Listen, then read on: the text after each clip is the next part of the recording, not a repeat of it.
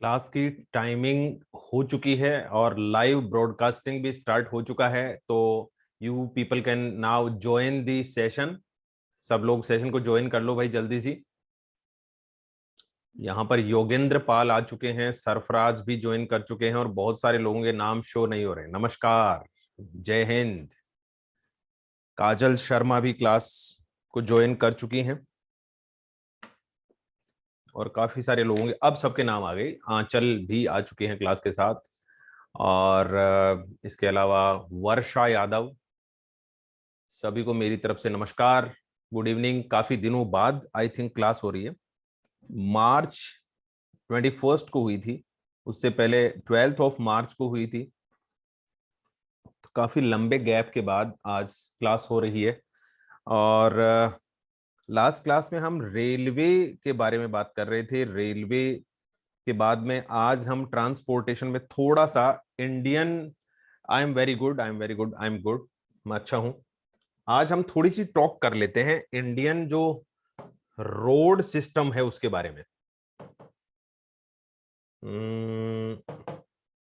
हल्का सा जो नेशनल हाईवे है उसका नॉलेज होना भी जरूरी है, क्योंकि उससे भी कई सारे क्वेश्चंस आ सकते हैं। Let me show you what is exactly the current scenario। आज के हमारे जो नेशनल हाईवे हैं उनका सिस्टम क्या हो चुका है।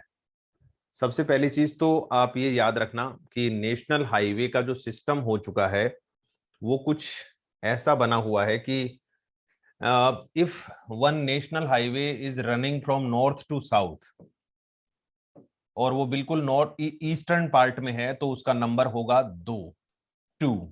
यहां पर होगा तो उसका नंबर होगा 4, इधर होगा तो वो होगा 6, राइट। और ऐसे ही देखिए, आप यहां देख रहे हैं 30, यहां पर है 44, यहां पर है 52, राइट। यहां है 48, 48, 48 उससे पहले से स्टार्ट होता है, 52 यहां से स्टार्ट होता है, राइट। तो नॉर्थ साउथ जो भी हाईवे चलेगा, जैसे 16, यहां 66, ये नंबर आपको दिख रहे होंगे। जो भी नॉर्थ साउथ हाईवे चलेगा उसका नंबर होगा इवन नंबर में, 2, 4, 6, 8, 10, इस तरीके से। कोई भी हाईवे देख लीजिए आप। और स्टार्टिंग कहां से होगी? नॉर्थ ईस्ट इंडिया से। इधर से आप देखेंगे यहां पर नॉर्थ से साउथ चल रहा है, इसका नंबर है 6। फिर यहां आएंगे ये 16, फिर और बीच में कई सारे हाईवे हैं, ये 30, फिर बहुत सारे हाईवे बीच में होंगे, यहाँ 44। फिर यहाँ स्टार्ट होता है सबसे पहले 48, 48 यहाँ से दिल्ली से स्टार्ट होता है, तो 48 यहाँ मुंबई भी जाता है, चेन्नई भी जाता है। फिर यहाँ संगरूर से स्टार्ट होता है पंजाब से 52। फिर यहाँ वेस्टर्न कोस्ट के साथ आएंगे तो 66, यानी उधर से स्टार्ट हुआ, नॉर्थ साउथ चल रहे हैं सब। ये इवन नंबर में है, सम संख्या में नंबर होंगे, सारे ऐसे हाईवे चलेंगे वो सम संख्या में। और अगर कोई भी national highway east west travel कर रहा है, ऐसे ट्रेवल कर रहा है, तो उसका नंबरिंग स्टार्ट होगी 1, 3, 5, 7, कुछ इस तरीके से। और 1 नंबर नेशनल हाईवे कहां होगा? बिल्कुल नॉर्थ के अंदर। और 2 नंबर कहां होगा? सबसे ईस्ट में। यहां पर 2 होगा, नॉर्थ साउथ चलेगा, 2 नंबर यहां होगा। ईस्ट वेस्ट चलेगा और नॉर्थ में होगा नंबर 1। तो 1 यहां, 2 वहां पर, 3, 4, 5, 6, 7, 8। इसका बेनिफिट क्या है? क्यों आखिर हमने, रिया चौधरी आपको भी नमस्कार, और सना मंसूरी आपको भी गुड इवनिंग, जय हिंद, नमस्कार, वेलकम। ऐसा करने का बेनिफिट क्या है? बेनिफिट यह है कि अगर आप किसी भी नेशनल हाईवे से ट्रेवल कर रहे हो और आपको पता चला कि उस नेशनल हाईवे का नंबर, योगिता ठाकुर और सौरभ सिंह आपको भी गुड इवनिंग, सभी को नमस्कार भाई, वेलकम। मान लीजिए आप 5 नंबर नेशनल हाईवे पे ट्रेवल कर रहे हैं, आप किसी कार से ट्रेवल कर रहे हैं 5 नंबर नेशनल हाईवे पे। एक तो आप इस चीज से श्योर हो जाएंगे कि आप ईस्ट वेस्ट ट्रेवल कर रहे हैं, या तो आप ईस्ट में जा रहे हैं या वेस्ट में जा रहे हैं। क्यों? क्योंकि उसका नंबर ओड नंबर है, विषम संख्या है, यानी 2 से डिवाइड होने वाला नंबर नहीं है, तो हम ईस्ट वेस्ट ट्रेवल कर रहे हैं। एक बेनिफिट तो ये हो गया कि हमें पता चल जाएगा हम ईस्ट में या वेस्ट में जा रहे हैं, नॉर्थ या साउथ में तो कम से कम नहीं जा रहे। एक चीज पक्का हो गई। दूसरी कौन सी कंफर्म हो गई? कि अगर वो 5 नंबर नेशनल हाईवे है तो वो कहां होगा? 5 नंबर नेशनल हाईवे है तो वो कहां पर होगा? हम इतना श्योर हो सकते हैं कि वो साउथ इंडिया में नहीं होगा, वो वेस्ट इंडिया में नहीं होगा, वो ईस्ट इंडिया में भी नहीं होगा। निश्चित रूप से वो कहीं जम्मू कश्मीर, हिमाचल प्रदेश, उत्तराखंड या पंजाब के आसपास है। हम क्यों? क्योंकि 1 नंबर यहां है, 3 नंबर यहां है, 5 नंबर यहां है, थोड़ा और भी साउथ में हो सकता है। मतलब इतना कंफर्म हो जाएगा कि हम नॉर्दर्न पार्ट ऑफ इंडिया में है, बिल्कुल नॉर्थ में, क्योंकि 5 ही नंबर है। अगर हमसे कोई कहे कि we are on the national highway number 10, अगर हम 10 नंबर नेशनल हाईवे पे हैं तो हम कैसे ट्रेवल कर रहे होंगे? नॉर्थ टू साउथ, ये पक्की बात है, नॉर्थ और साउथ में ट्रेवल कर रहे होंगे। 10 नंबर नेशनल हाईवे है। और इंडिया के कौन से पार्ट में होंगे? बिल्कुल नॉर्दर्न पार्ट में, बिल्कुल वेस्टर्न पार्ट में, एकदम सदर्न पार्ट में, या बिल्कुल ईस्टर्न पार्ट में? तो आप कहिए बिल्कुल ईस्टर्न पार्ट में होंगे, क्योंकि 10 नंबर है तो 10 हाईवे तो वहां आ ही गए होंगे ना, वेस्ट बंगाल के आसपास ही खत्म हो गए होंगे, असम या वेस्ट बंगाल में 10 हाईवे तो उधर ही हो गए होंगे। तो एक चीज और कंफर्म हो गई। तो नंबर से ही हमें पता चल जाएगा कि हम कौन से पार्ट में हैं और किधर ट्रेवल कर रहे हैं। ठीक है, तो इस तरीके से नेशनल हाईवे को नया सिस्टम बना दिया गया। अब हमें कितना नेशनल हाईवे याद रखना है, मगअप करना है, रटना है, बस जितना यहां दे रखा है ना वही इंपॉर्टेंट है, इसके अलावा कुछ नहीं। जैसे एक नेशनल हाईवे हमें याद करना है, नेशनल हाईवे नंबर 44, 44, क्योंकि national highway number 44 is the longest national highway of India. लिखो national highway number, longest national highway, सबसे लंबा राष्ट्रीय राजमार्ग, longest national highway is national highway number 44. It starts from Srinagar, यह श्रीनगर से शुरू होता है। It starts from श्रीनगर, यह श्रीनगर से स्टार्ट होता है, शुरू होता है, and goes to कन्याकुमारी इन तमिलनाडु, और कन्याकुमारी तक चलता है, and goes to कन्याकुमारी इन तमिलनाडु। तो नॉर्थ से साउथ तक टोटल इसका जो है ट्रेवलिंग है। अगर आप श्रीनगर टू कन्याकुमारी जाना चाहते हैं तो just go on national highway number 44, you need not to change any national highway, continue यात्रा हो जाएगी। पहले कई सारे नेशनल हाईवे चेंज करने पड़ते थे। अगर आप श्रीनगर से कन्याकुमारी जाते थे तो मैं आपको बताता हूं कितने नेशनल हाईवे आपको चेंज करने पड़ते थे। देखिए इधर, यहां पर शो नहीं कर रखा है क्या? एक सेकंड, हाँ ये कर रखा, अरे यहां भी नहीं दिखा रखा, ये क्या चक्कर है? था तो सही, हाँ ये रहा, इधर है, हाँ ये रहा। पहले अगर आप श्रीनगर टू कन्याकुमारी जाते थे तो आपको सबसे पहले तो श्रीनगर से 1A लेना पड़ता था, 1A, फिर 1 आता था, फिर 2 पे ट्रेवल करते थे, फिर 3 पे, फिर 75 पे, उसके बाद 26 पे, फिर 7 पे, फिर 7 पकड़ते थे आप। वाराणसी से जो कन्याकुमारी जाता था उसको 7 से आप कन्याकुमारी तक जाते थे। लेकिन अब क्या कर दिया, अब ऐसा सिस्टम बंद कर दिया गया, ये बेकार है बोले सिस्टम। हम नेशनल हाईवेज को कंटिन्यू करते हैं, एक यहां से स्टार्ट होगा तो लास्ट तक एक ही चलता रहेगा। तो Srinagar to Kanyakumari longest. It is also called north south corridor, इसको उत्तर दक्षिण गलियारा भी कहा जाता है। It is also called north south corridor, right. तो नॉर्थ साउथ कॉरिडोर कौन सा नेशनल हाईवे है? नॉर्थ साउथ कॉरिडोर कहां से शुरू कहां खत्म, ठीक है, या फिर longest national highway of India number क्या है उसका? 44, ठीक है। तो एक तो ये याद रखेंगे, नॉर्थ साउथ कॉरिडोर। सेकंड, दूसरा लिखो, सेकंड लॉन्गेस्ट, दूसरा सबसे लंबा, NH, national highway number 27, NH 27, second सबसे लंबा नेशनल हाईवे है 27। It starts from Porbandar in Gujarat, यह गुजरात में पोरबंदर से शुरू होता है। It starts from Porbandar in Gujarat, Porbandar in Gujarat, and ends in Silchar Assam, and ends in Silchar Assam, और असम में सिलचर जाकर समाप्त होता है। Porbandar to Silchar, Porbandar in Gujarat and Silchar in Assam, इधर है असम। तो पोरबंदर टू सिलचर, राइट। ये गुजरात में भी है, राजस्थान में भी एंट्री करता है, मध्य प्रदेश में भी, उत्तर प्रदेश में भी, बिहार में भी, वेस्ट बंगाल में भी, इसके अलावा फिर असम में जाकर फिनिश। तो यहाँ पर कई सारे स्टेट बीच में आते हैं, गुजरात, राजस्थान, मध्य प्रदेश, उत्तर प्रदेश, बिहार, वेस्ट बंगाल और असम, लगभग 7 स्टेट से होकर ये निकलता है। ठीक है।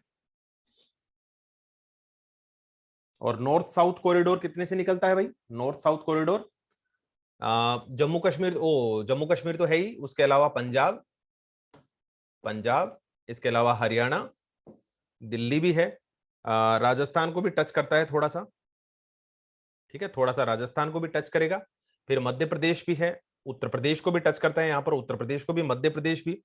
फिर है यहां पर महाराष्ट्र।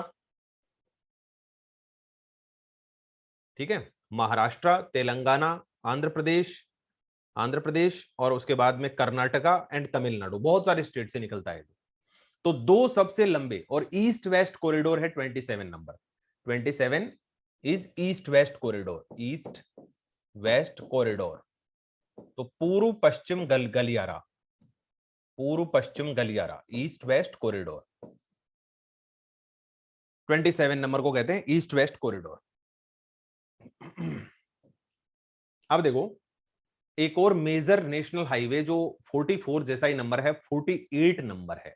अब 48 को क्यों याद रखें हम? 48 को क्यों याद रखेंगे? क्योंकि ये 3 मेजर सिटीज को कनेक्ट करता है। नेशनल हाईवे नंबर 48 लिखो, राष्ट्रीय राजमार्ग नंबर 48, नेशनल हाईवे नंबर 48, राष्ट्रीय राजमार्ग नंबर,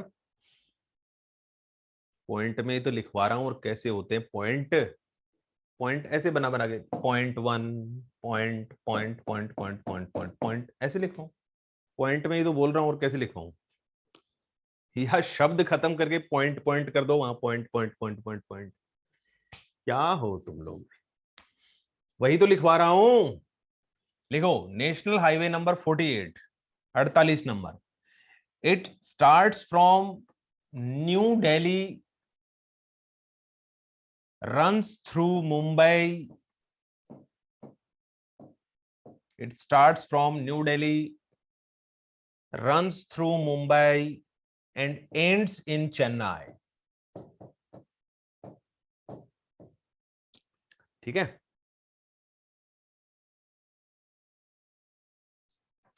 एंड्स इन चेन्नई। यह नई दिल्ली से शुरू होता है, मुंबई से निकलता है, मुंबई से होकर जाता है और चेन्नई में जाकर समाप्त होता है। नई दिल्ली से शुरू होता है, मुंबई से होकर गुजरता है और चेन्नई में जाकर समाप्त करता है।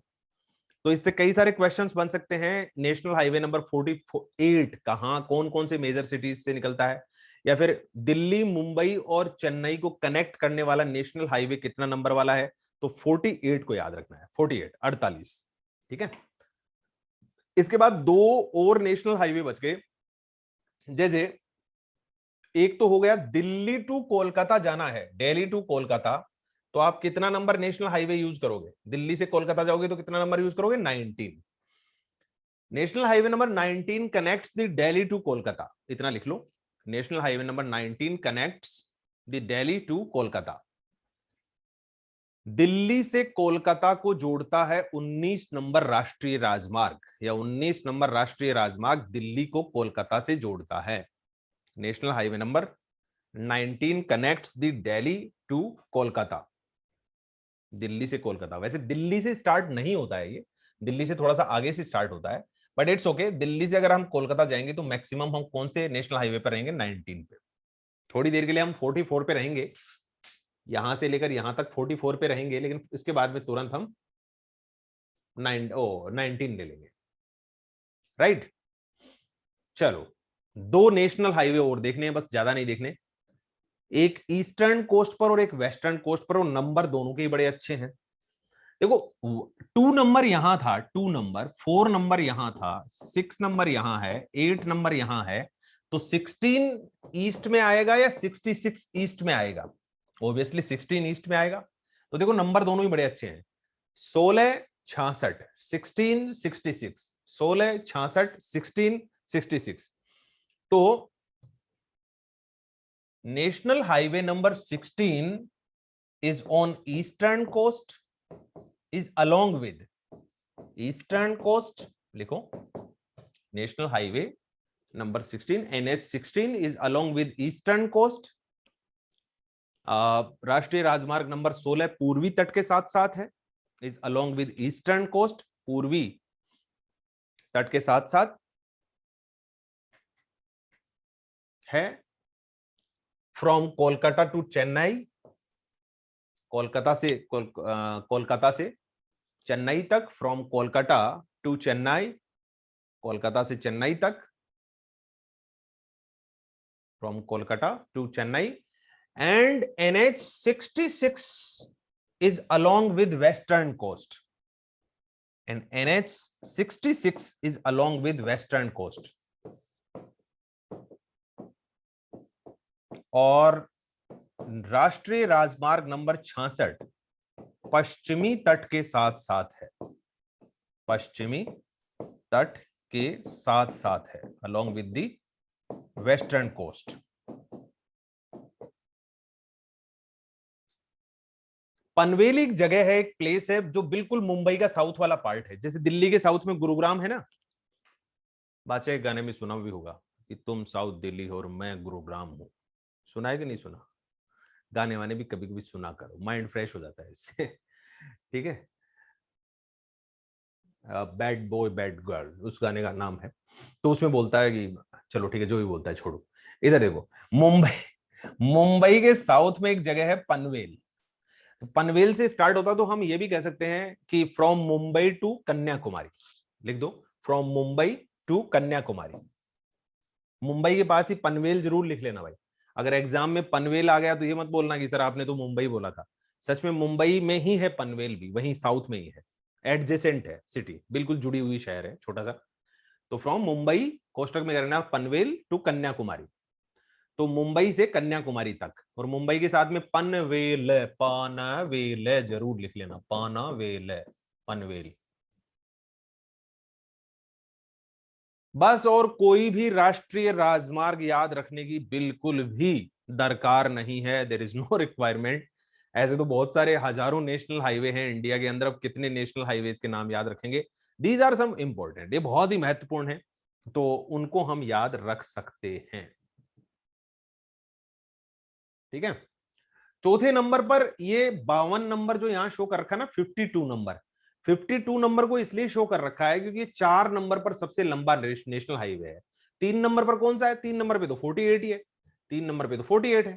ठीक है, 48 मैंने बता दिया, दिल्ली से चेन्नई तक जो जाता है, पोरबंदर से गुजरात हो गया, और श्रीनगर से कन्याकुमारी हो गया, संगरूर पंजाब से अंकोला कर्नाटका। ठीक है, तो 4th लॉन्गेस्ट। तो यहां कुछ मत कीजिए, इसका आप स्क्रीनशॉट कर लीजिए, इसका स्क्रीनशॉट कर लीजिए। इसमें किलोमीटर भी शो कर रखा है, और 1 2 3 4 5 4 तक याद रख लो बस, बहुत है 4 तक। 3 तो मैंने बताई दिया आपको कि एक नॉर्थ साउथ कॉरिडोर है, एक ईस्ट वेस्ट कॉरिडोर है, एक है दिल्ली मुंबई और चेन्नई को जोड़ने वाला, और ये संगरूर पंजाब से स्टार्ट होता है और अंकोला कर्नाटका तक जाता है। ठीक है, तो 4।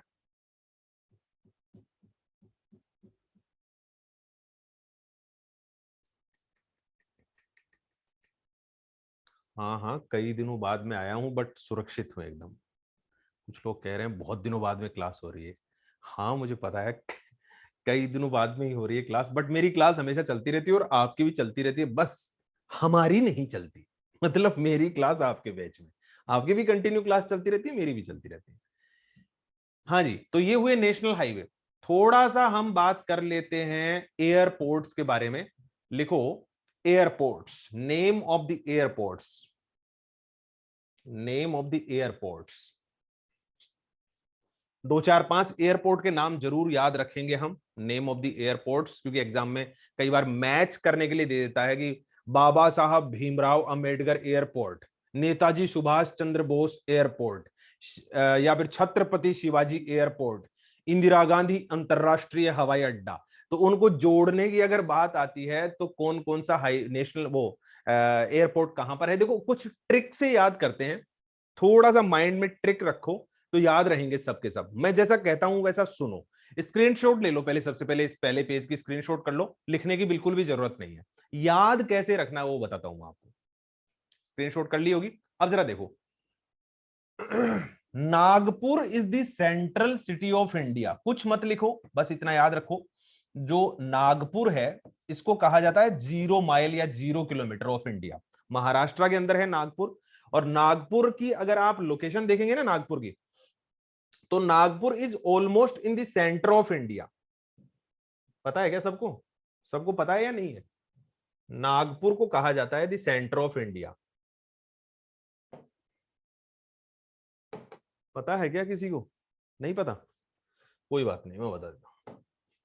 देखो नागपुर कहां पर है, नागपुर है कुछ इस जगह पर, नागपुर बिल्कुल यहां है, इधर छत्तीसगढ़ के पास, मध्य प्रदेश के पास, ना कि मुंबई के पास, मुंबई बहुत दूर है। अब अगर आप इधर से देखते हैं तो नागपुर सेंटर में से ही नजर आता है, इधर से भी देखते हैं तो सेंटर में नजर आता है, इधर से भी देखते हैं तो सेंटर में नजर आता है, और इधर से भी देखते हैं तो सेंटर में नजर आता है। दिख रहा है ना लगभग सेंटर में। इंडिया का ऑलमोस्ट सेंटर है नागपुर, तो नागपुर सेंटर है। अब नागपुर के एयरपोर्ट का नाम क्या होगा भाई? एयरपोर्ट का नाम होगा जो हमारे सारे के सारे रूल्स रेगुलेशन, कानून कायदे, सबसे सेंट्रल लॉ कौन सा है इंडिया का? कॉन्स्टिट्यूशन, संविधान ही तो है सबसे बड़ा रूल रेगुलेशन, उसके अकॉर्डिंग ही सारे कानून बनते हैं। हमारी न्यायपालिका जो हमारी जुडिशियरी है वो भी अकॉर्डिंग टू कॉन्स्टिट्यूशन चलती है, और गवर्नमेंट भी अकॉर्डिंग टू कॉन्स्टिट्यूशन चलती है। सब नेता मंत्री पुलिस वाले सब उससे ऊपर कुछ नहीं, उसके अंदर ही लॉ बनते हैं।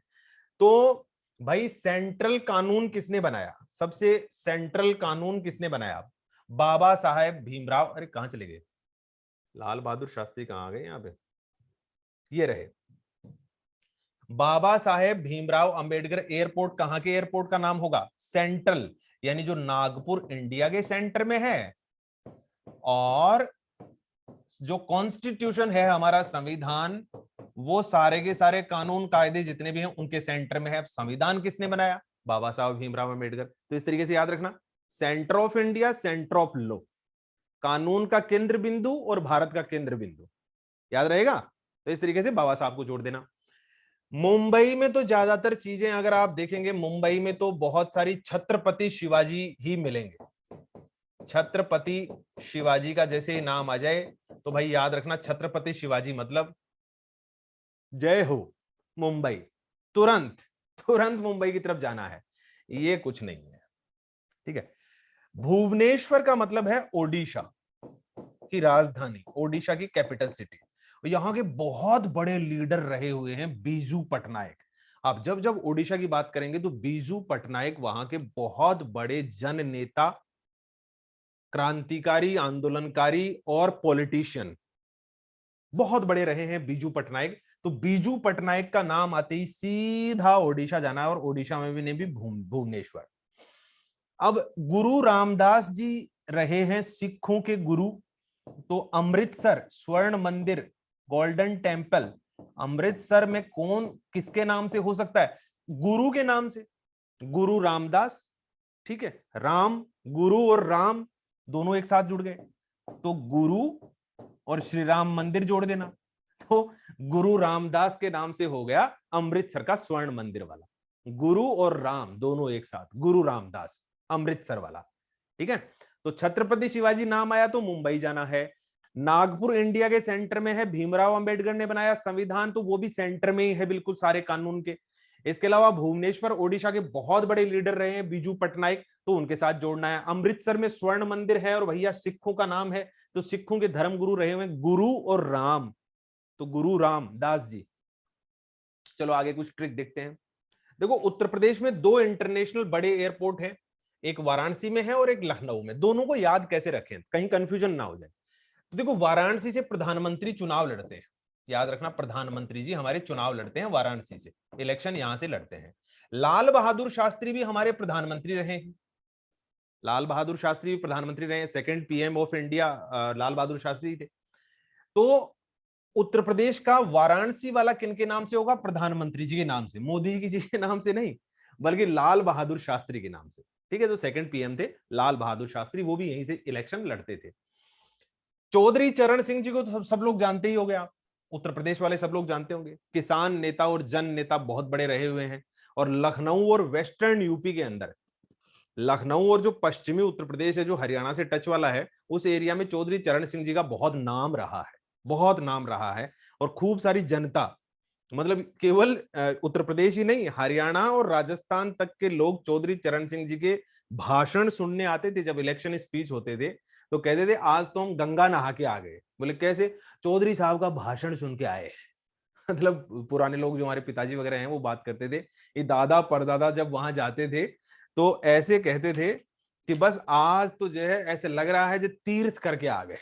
कैसे भाई? बोले चौधरी साहब का भाषण सुन के आए हैं। तो इतना नाम था चौधरी चरण सिंह का।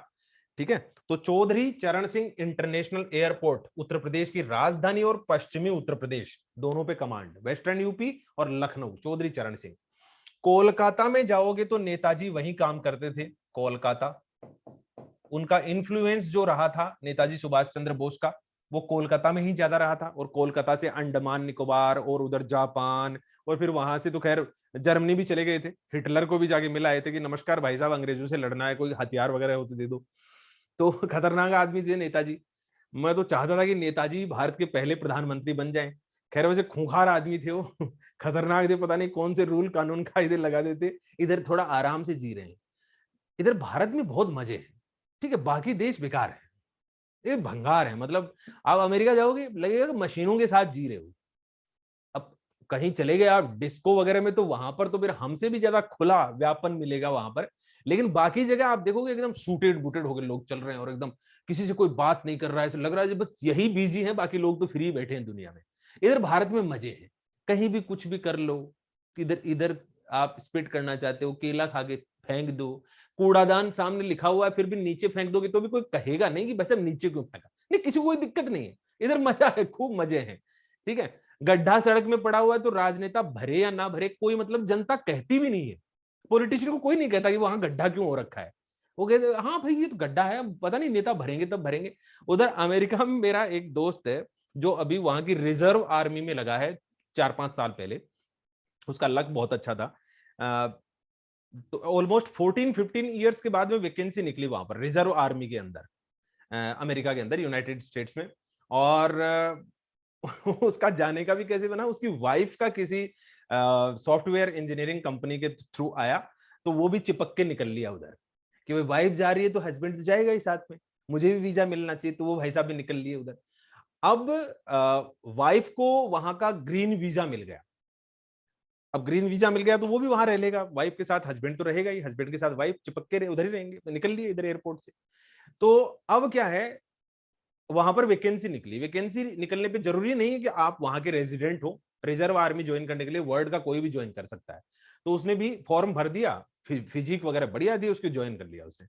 अब ज्वाइन कर लिया तो 1 साल के बाद भी वहां का वो मिल गया उसको, जिसे वीजा क्या कहते हैं, वहां की सिटीजनशिप मिल गई उसको। वो कहता है कि अगर आप सड़क पे चल रहे हो, सुबह ऑफिस जा रहे हो और आपको कोई हॉल मिलता है वहां पर कि 6 गड्ढा हो रखा है सड़क में, अगर just you click with the Google mapping जो होती है ना, भाई लोकेशन, लोकेशन के साथ कि ये गड्ढा कहाँ है, when you will come back from the office you will not see any, मतलब जो किसी कहते हैं गड्ढा वगैरह ऑन द रोड, शाम को आपको बिल्कुल नहीं मिलेगा। क्यों मिलेगा भाई, सड़क पे गड्ढा क्यों हुआ? दूसरी एक और शानदार चीज कहता है कि वहां राइट साइड में व्हीकल चलते हैं, हमारे यहाँ लेफ्ट भी चलते हैं सड़क में, वहां राइट साइड में चलते हैं। तो सबसे लेफ्ट वाली लेन जो होती है ना, वो सबसे फास्टेस्ट लेन होती है। उसमें लिखा हुआ था more than 140 kilometre per hour. अगर आपने 140 किलोमीटर प्रति घंटे की स्पीड से नहीं चलाई उस लेन में तो चालान कट जाएगा आपका। स्लोएस्ट लेन होती है सबसे राइट वाली, कि वहां आप कितनी भी स्पीड से चला सकते हैं, लेकिन 4 लेन में से सबसे राइट वाली में चला रहे हो तो 140 या 130 प्लस की स्पीड है तभी उसमें जा सकते हो, नहीं तो उसमें नहीं जा सकते। मतलब व्हीकल अगर चल रहा है तो देखने की जरूरत ही नहीं है कि वहां क्या है, 150 कांटा टिकाओ और खींचो मीटर।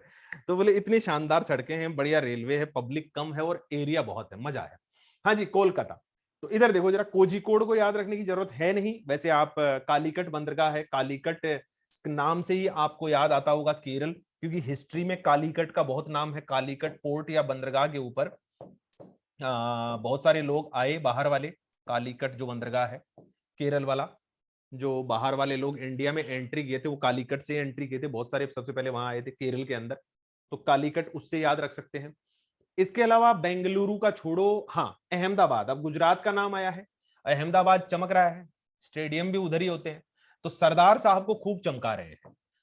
तो अहमदाबाद का जो एयरपोर्ट है वो सरदार वल्लभ भाई पटेल जी के नाम से गुजरात में है। पटना के बड़े नेता रहे हैं, कितने लोगों ने जेपी नारायण या जयप्रकाश नारायण का नाम सुना है? सुना है कि नहीं सुना? जेपी नारायण बिहार के बहुत बड़े लीडर रहे हुए हैं, बहुत बड़े लीडर रहे हुए हैं जेपी नारायण, ठीक है। हाँ बिल्कुल, जेपी नारायण का नाम सभी ने सुना होगा। तो पटना एयरपोर्ट पे उतरते ही, मैं तो कई बार गया हूं पटना पढ़ाने के लिए, तो जैसे ही वहां उतरते हैं तो बड़ा सा लिखा हुआ है जयप्रकाश नारायण अंतरराष्ट्रीय हवाई अड्डा, जेपी नारायण इंटरनेशनल एयरपोर्ट, ठीक है। असम वाला छोड़ो, पोर्ट ब्लेयर, बस एक लास्ट और देखो, पोर्ट ब्लेयर में होती थी सेलुलर जेल।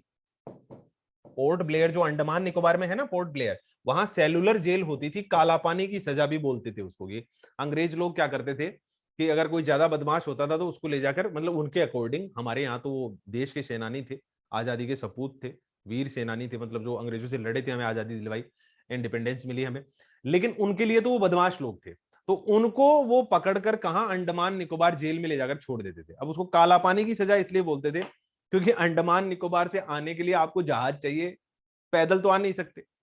300 400 500 किलोमीटर या 1000 किलोमीटर पानी में तैरोगे कैसे? तैर भी नहीं सकता कोई आदमी, 1000 किलोमीटर कैसे तैरेगा कोई? और वहां पर पीने के लिए पानी कोई देगा तो मिलेगा, क्योंकि अगर आप कोस्टल एरिया में चले गए तो समुद्र है, खारा पानी है, पी नहीं सकते, तो पानी तो बोले काला है। यहाँ पर आप भाग गए जेल से तो जाओगे कहां? चारों तरफ पानी पानी है। लौट के बुद्धू घर को आया, तुरंत उधर ही आना पड़ेगा, और फिर अंग्रेज और पीटते थे। तो उधर उधर जिसको जेल में डाल दिया वो आराम से शांति से बैठता था कि खाना वाना खाना है तो यही देंगे, पानी चाहिए तो यही देंगे, इधर ना पानी है ना खाना है, कुछ नहीं है। तो वीर सावरकर भी वो थे जिनको काला पानी की सजा मिली थी। वीर सावरकर, सावरकर को याद रखना, वीर सावरकर। तो वीर सावरकर इंटरनेशनल एयरपोर्ट है कहां पर? पोर्ट ब्लेयर के अंदर। तो ये हुआ हमारा सारा का सारा ट्रांसपोर्टेशन सिस्टम। इसके बाद Indian waterways, national waterways, 4 national waterways के नाम याद रखना। इंडियन या नेशनल वाटरवेज यानी राष्ट्रीय जलमार्ग। राष्ट्रीय जलमार्ग कहां कहां पर हैं? तो राष्ट्रीय जलमार्ग पहला तो गंगा नदी पर ही है, यूपी में ही है, यूपी से लेकर हल्दिया तक, ठीक है।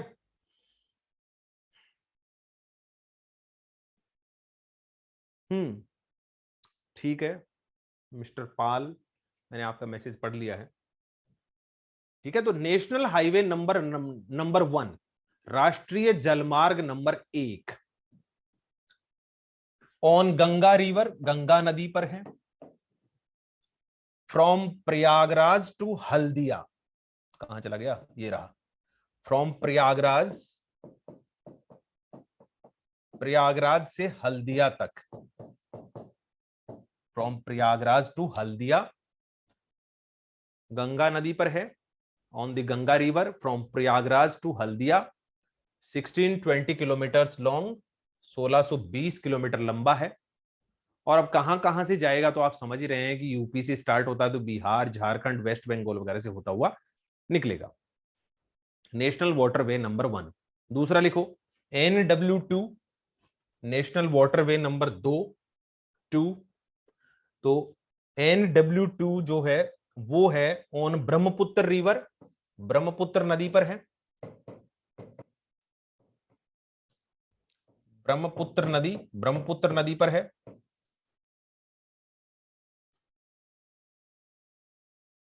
और कहां से कहां? तो from Sadiya to Dhubri, from Sadiya to Dhubri, from Sadiya to Dhubri, दोनों ही जो प्लेसेस हैं, both the places are in Assam. Sadiya भी असम में है और धुबरी भी असम में है, दोनों ही प्लेसेस असम के अंदर हैं, ब्रह्मपुत्र नदी पर हैं। वैसे इसको, इससे बेनिफिट किस किस को मिलता है? यहां पर अरुणाचल प्रदेश है इसलिए अरुणाचल प्रदेश लिखा हुआ है, ठीक है, यहां पर जो है असम है तो असम को तो मिलेगा ही, वेस्ट बंगाल यहीं पर आ जाता है, इधर वेस्ट बंगाल है तो इधर वेस्ट बंगाल वाले भी इससे जाना चाहिए, इधर तक जा सकते हैं। मेघालय, मेघालय इधर ही है, धुबरी के साउथ में इधर मेघालय है, ये वाला स्टेट, तो मेघालय को बेनिफिट मिलता है। तो इन स्टेट्स को सर्विस मिलती है इससे। नेशनल वाटरवे नंबर 3, राष्ट्रीय जलमार्ग नंबर 3 इन केरला, केरल के अंदर है नेशनल वाटरवे नंबर 3। तीसरा राष्ट्रीय जलमार्ग कहां है? केरल के अंदर है, अलोंग विद वेस्टर्न कोस्ट, पश्चिमी तट के साथ साथ, अलोंग विद वेस्टर्न कोस्ट, पश्चिमी तट के साथ साथ। कोल्लम टू कोट्टापुरम दो जगह हैं, एक तो कोल्लम और एक है कोट्टापुरम। Kottapuram, Kollam to Kottapuram, right. तो कोल्लम से कोट्टापुरम तक जाता है, Kollam to Kottapuram.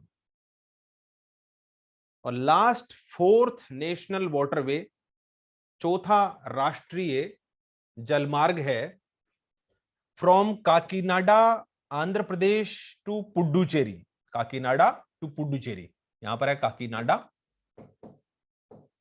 Kakinada in Andhra Pradesh to Puducherry, Kakinada to Puducherry.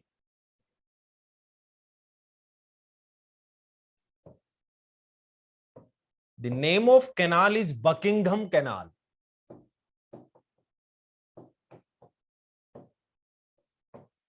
यह बकिंगम नहर से होकर चलता है। The name of canal is Buckingham Canal. यह बकिंगम नहर से होकर चलता है। नेशनल वाटरवे नंबर 4 बकिंगम नहर से होकर है, ऑन या बाय द बकिंगम कैनाल। तो ये थे नेशनल वाटरवेज, राष्ट्रीय जलमार्ग। तो ट्रांसपोर्टेशन सिस्टम हुआ ओवर, और ओवर क्या क्या हो गया वो मैं देख लेता हूं। यहां पर रिवर्स कंप्लीट हो चुकी हैं, इसके अलावा क्या क्या हुआ है अपने बैच में, बहुत कुछ हुआ है वैसे तो, 2-3 क्लास का मैटर और रह गया है। Deccan plateau, Himalaya, Indian map, और पीछे का तो सारा का सारा हो ही चुका है। तो अब मेनली क्या बच गया? मेनली बच गया Indian forests, Indian national parks और वर्ल्ड मैपिंग, ये कुछ खास है, ठीक है। Hello baby. तो 3 टॉपिक हैं जो बड़े बच गए हैं। आई थिंक रेन वाला टॉपिक हो चुका है ना, मैंने रेन टॉपिक करवा दिया ना आपको, monsoon, Indian monsoon and rain, I think करवा दिया है। यस या नो में बताओ जरा। हाँ हो चुका है, यस यस, मॉनसून टॉपिक हो चुका है, यस। हाँ, माधव शर्मा ने सबसे पहले जवाब दिया कि मॉनसून टॉपिक हो चुका है। तो 3 टॉपिक, मतलब छोटे छोटे टॉपिक हैं, बहुत बड़े नहीं है। जैसे national, I mean national park, उसी में आ जाता है नेशनल, जो इसे कहते हैं टाइप ऑफ फॉरेस्ट, वनों के प्रकार। और उसके अलावा हम सॉइल एंड क्रॉप्स, भारत की मिट्टियां और फसलें नहीं हुआ है, सॉइल एंड क्रॉप्स भी देख लेंगे और रॉक्स भी देख लेंगे, वो एक साथ देख लेंगे। मैं टॉपिक्स का नाम आपके साथ रहकर ही नोट कर लेता हूं, ताकि कौन कौन से बच गए उन पे हम चर्चा करने वाले हैं। आज हमने कंप्लीट कर दिया national highways, national waterways, right, और एयरपोर्ट्स। नेक्स्ट क्लास में हम करने वाले हैं, नेक्स्ट क्लास में हम कर लेंगे फॉरेस्ट्स, इसके अलावा नेशनल पार्क्स, और क्रॉप्स ऑफ इंडिया। क्रॉप्स नहीं करा था क्या?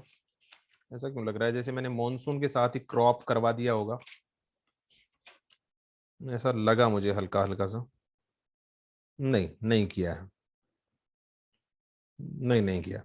ठीक है, क्रॉप्स, क्रॉप्स के बाद में हम करेंगे सॉइल्स, और सॉइल्स के बाद में हम रॉक्स भी कर लेंगे, चट्टान। और इसके बाद में और क्या बच गया? फिर हमें करना है world mapping, world mapping. 3 to 4 more class needed 3 class में हो जाएगा। एग्जाम में 5 दिन बचे हैं। 10 से स्टार्ट है ना आपकी एग्जाम? कोई नहीं, मतलब इनको कर दूंगा मैं, 3 क्लास में कर दूंगा ओवर। जो मेन मेन फैक्ट्स हैं उनको देख लेंगे, राइट। तो चलो अब बाय बाय करते हैं। 10th को ही है, ओके 10 को ही है, चलो ठीक है, सब लोग कह रहे हैं 10 को ही है। चलो सभी को बेस्ट ऑफ लक। वैसे अपनी क्लास एक और होगी, एक या दो और होंगी इसी वीक में, जब भी टाइम मिलेगा 1 या 2 क्लासेस और करेंगे। और बेस्ट ऑफ लक, बढ़िया वाला, और एग्जाम क्लियर कर लेना। बहुत प्रैक्टिस हुई है क्वेश्चंस की, बहुत बढ़िया पढ़ाया गया है सभी टीचर्स के द्वारा। मेरे द्वारा तो खैर थोड़ा कमजोर पढ़ाया गया आपको, बट बाकी टीचर्स बहुत शानदार थे और हैं, मतलब पढ़ाए हैं आपको, अभी भी पढ़ा रहे हैं, और प्रैक्टिस तो आप कर ही रहे होंगे।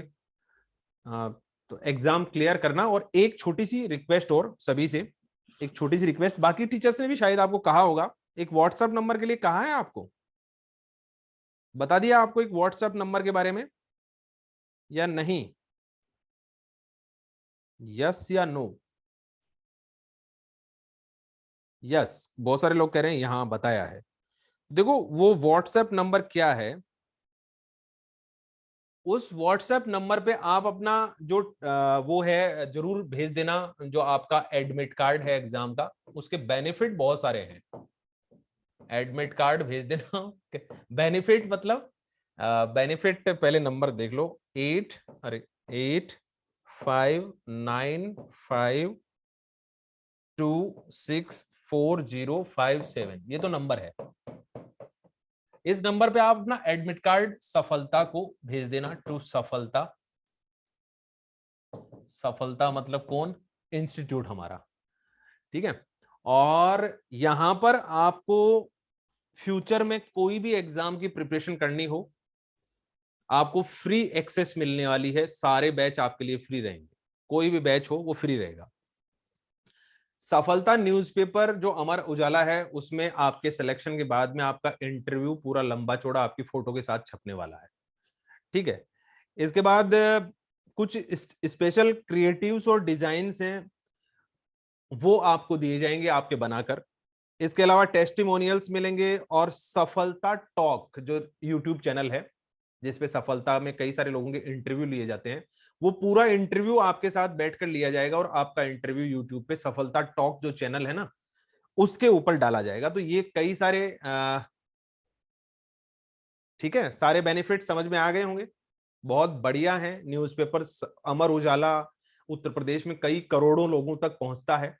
तो वहां तक आपका पूरा इंटरव्यू छपेगा आपकी फोटो के साथ, आपके सिलेक्शन के साथ ही। लेकिन आपको करना क्या है, जस्ट आपका एडमिट कार्ड यहां भेज देना है इस नंबर पे, और कुछ नहीं। आपकी सारी डिटेल है सफलता के पास, सब कुछ है, आपका नंबर है, आपका फोटो है, सब कुछ है, मतलब आपका नाम है। बट एडमिट कार्ड जो एग्जाम का है वो सेंड कर देना। इससे ऐसा नहीं कि सफलता जाके आपकी एग्जाम में बैठ जाए, ऐसा कुछ नहीं होने वाला, बट आपका जो फ्यूचर बेनिफिट है वो हो जाएगा। कोई भी बैच फ्यूचर में आप यहां सेलेक्ट होने के बाद में कोई भी और एग्जाम देना चाहते हैं, सफलता पे कोई भी बैच चल रहा है, तो आपके लिए फ्री एक्सेस रहेगी उसकी। और साथ ही साथ मैंने कहा, अमर उजाला जो पेपर है सफलता का, उसके अंदर आपका पूरा इंटरव्यू छपेगा। और जो सफलता टॉक है चैनल है, उस चैनल के ऊपर आपका इंटरव्यू लाइव दिया जाएगा। और आप मतलब आप मना ही कर दो कि नहीं मेरे को तो इंटरव्यू नहीं देना, तो अलग बात है, नहीं तो आप आ सकते हैं सामने और आपका इंटरव्यू होगा। तो ये सारे बेनिफिट्स हैं। तो आप बिना देर किए इस नंबर पे अपना एडमिट कार्ड सेंड कर देना। और फिर से मैं आपको बेस्ट ऑफ लक कहूँ, एग्जाम क्लियर करके आना। और मेरा नंबर भी याद रखना, 9899493932। सिलेक्शन या एग्जाम के बाद जो पेपर है वो मुझे सेंड जरूर कर देना। 9899493982। आई होप आप सभी के पास मेरा नंबर होगा, नहीं तो क्लास को दोबारा चला के देख लेना। 9899493982। चलो bye bye, take care and see you in the next class. And after the examination please send me the copy of, click करके पेपर की मुझे सेंड कर देना, जस्ट जीएस वाला पार्ट, बाकी सारे पार्ट की भेजने की जरूरत नहीं है। जस्ट जीएस वाला पार्ट, जो ज्योग्राफी के क्वेश्चंस कौन कौन से आए, उस पर फिर हम डिस्कशन कर लेंगे आफ्टर द एग्जामिनेशन की क्या क्या रहा, उसमें क्या कुछ आया, ठीक है। 9899493982। चलो ठीक है, bye, take care, okay, bye bye.